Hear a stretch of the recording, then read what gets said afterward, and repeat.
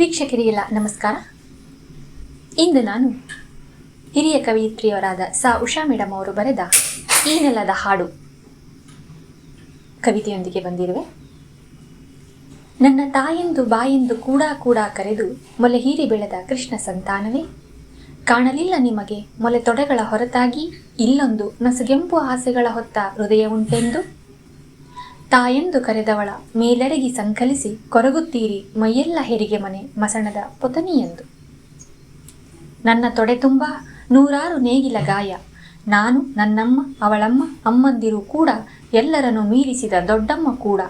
ಸಹಿಸಿ ಒಣಗಿದ ಗಾಯ ಗಂಡನೋ ಮಗನೋ ತಿಳಿಯದ ಹೊಂದ ನೇಗಿಲ ಸಾಲು.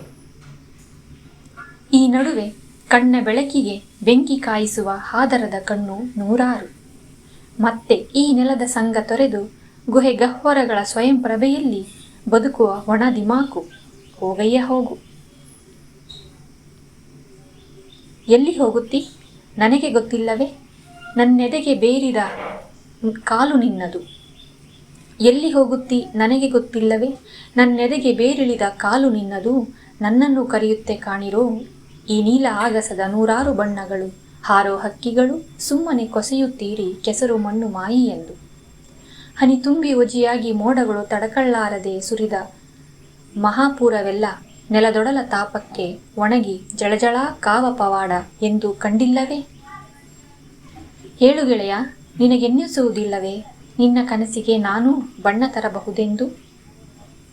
ನನ್ನ ಕನಸಿನ ಹಾಡು ಕೇಳಿ ನೀ ಹಗುರಾಗಬಹುದೆಂದು.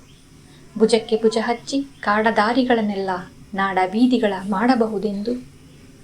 ಅಯ್ಯೋ ಪುಕ್ಕ, ಮಲಗಿಸಿ ಧರಿಸಿ ಹಲ ಉಳಿದು ಹೇರುವ ಮಸಣ ಕಂಡು ದಗದಗ ನಡುಗಿ.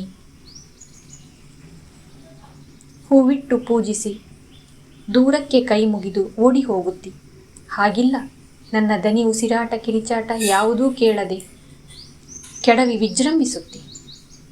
ಬೇಡಯ್ಯ, ನಿನ್ನ ಸಹಸ್ರ ಶಿಲ್ಪ ಸಹಸ್ರ ಪಾದ ಸಹಸ್ರ ಬಾಹುಗಳನ್ನೆಲ್ಲ ಕಿತ್ತಿಟ್ಟು ಬಣ್ಣ ಅಳಿಸಿಕೊಂಡು ಬಾ ಗೆಳೆಯ. ಮೈಮುಟ್ಟಿ ಮನಮುಟ್ಟಿ ಒಮ್ಮೆಯಾದರೂ ಮುಟ್ಟು ಮರೆ ನಿನ್ನ ಹಳೆರೋಗ ಒಂದು ಕ್ಷಣ.